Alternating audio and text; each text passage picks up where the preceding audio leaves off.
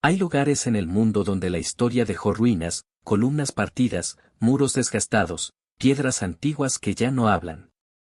Y hay otros lugares donde las piedras todavía guardan memoria. Israel no es solo un país, no es solo un territorio disputado, no es solo un punto en el mapa, es el lugar donde la eternidad decidió entrar en el tiempo. Nadie imaginaba que desde estas colinas secas y estos caminos de piedra surgiría una fe que atravesaría 2 milenios. El viento que sopla sobre el mar de Galilea no sabe de teología, pero fue testigo de palabras que todavía hoy sostienen corazones. Las murallas de Jerusalén han sido destruidas y reconstruidas incontables veces. Pero la fe que nació dentro de ellas no fue destruida. Roma cayó, Bizancio desapareció, los cruzados llegaron y se fueron, sultanes gobernaron, imperios cambiaron banderas, y sin embargo, existe una memoria imposible de borrar. Aquí la fe no nació en palacios, no comenzó con ejércitos, no fue impuesta por decreto. Comenzó en silencio en una cueva cercana a Belén, en la voz de un predicador que caminaba entre pescadores, en la sangre derramada fuera de las murallas de Jerusalén, en una tumba que quedó vacía. El cristianismo no empezó como poder, empezó como fragilidad. Un pequeño grupo, un mensaje incómodo, una promesa absurda para muchos. Y sin embargo, aquí mismo, en esta tierra estrecha entre desierto y mar, comenzó algo que ningún imperio pudo sofocar. Israel es el único lugar del mundo donde puedes caminar desde el Gólgota hasta el Santo Sepulcro. Desde los restos del segundo templo hasta iglesias bizantinas. Desde fortalezas cruzadas hasta monasterios que aún resisten en el desierto. Es el único lugar donde cada piedra parece preguntar. ¿Recuerdas? Pero esta no es solo la historia de un origen. Es la historia de una supervivencia. Porque la fe que nació aquí no vivió en calma. Fue perseguida, fue minoría, fue expulsada, fue apenas tolerada, fue reducida, fue vigilada. Y aún así, no desapareció.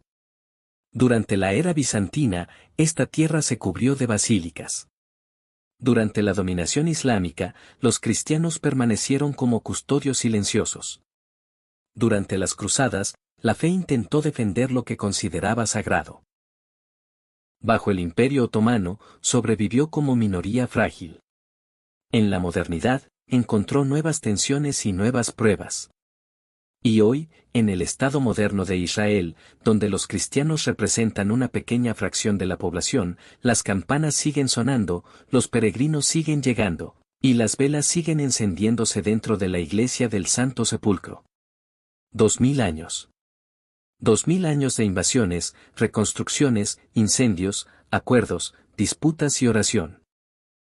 2000 años en los que la fe no se sostuvo por poder político, sino por convicción. Israel no es importante solo porque aquí estuvo Jesús. Es importante porque aquí la fe fue puesta a prueba, y no murió. En este documental no recorreremos solo el siglo I.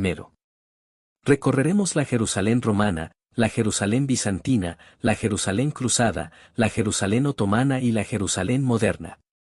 Veremos cómo el cristianismo echó raíces, cómo fue desafiado, cómo se defendió, cómo se adaptó sin perder su centro. Y descubriremos algo más profundo. Que la fe no sobrevive porque las circunstancias sean favorables, sobrevive cuando decide permanecer.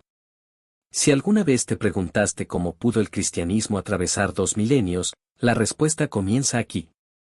En esta franja de tierra donde el desierto parece eterno, donde las piedras recuerdan, donde la historia no está muerta. Porque en Israel, la fe no es pasado, es memoria viva. La Jerusalén que hoy vemos, no es la misma que vio nacer al cristianismo. Las murallas han cambiado, las piedras fueron removidas, los imperios dejaron capas superpuestas como sedimentos. Pero si retrocedemos 2000 años, si retiramos las cúpulas doradas, si borramos las iglesias bizantinas, si eliminamos las fortalezas cruzadas, lo que aparece no es paz, es tensión. Israel en el siglo I no era un santuario, era una tierra ocupada. El imperio romano dominaba con disciplina y hierro. Las legiones vigilaban, los impuestos asfixiaban, la autoridad religiosa estaba fracturada. Jerusalén era un volcán silencioso. Y en el centro de ese volcán se levantaba el segundo templo. Imponente, brillante bajo el sol, centro espiritual del pueblo judío, símbolo de identidad, símbolo de resistencia. Pero algo más estaba creciendo. Una expectativa, una esperanza que se susurraba en casas, en caminos, en mercados. El pueblo esperaba un Mesías. No un filósofo, no un predicador amable. Un libertador. Alguien que rompiera el yugo romano, que restaurara el reino, que devolviera la gloria perdida. Y en ese clima de presión política, de fervor religioso, de frustración acumulada, ocurrió algo que nadie anticipó. No comenzó en Jerusalén, no comenzó en el templo, no comenzó entre los poderosos. Comenzó en la periferia. En una región despreciada por los puristas de la capital, en aldeas pequeñas, lejos del centro político. Galilea. Una tierra de pescadores, de caminos polvorientos, de acentos considerados rústicos. Allí, lejos de las grandes decisiones del imperio, empezó una revolución que no llevaba espada.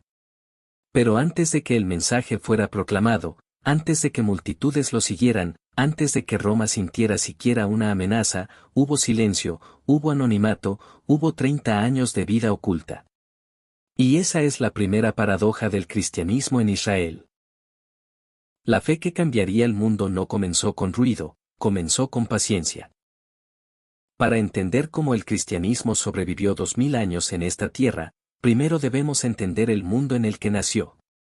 Un mundo dominado por Roma, un mundo marcado por la espera, un mundo preparado sin saberlo. Adentrémonos entonces en el siglo I, a la Jerusalén romana, a sus tensiones, a sus expectativas. ¿Estás listo para iniciar el viaje que cambió la historia del mundo?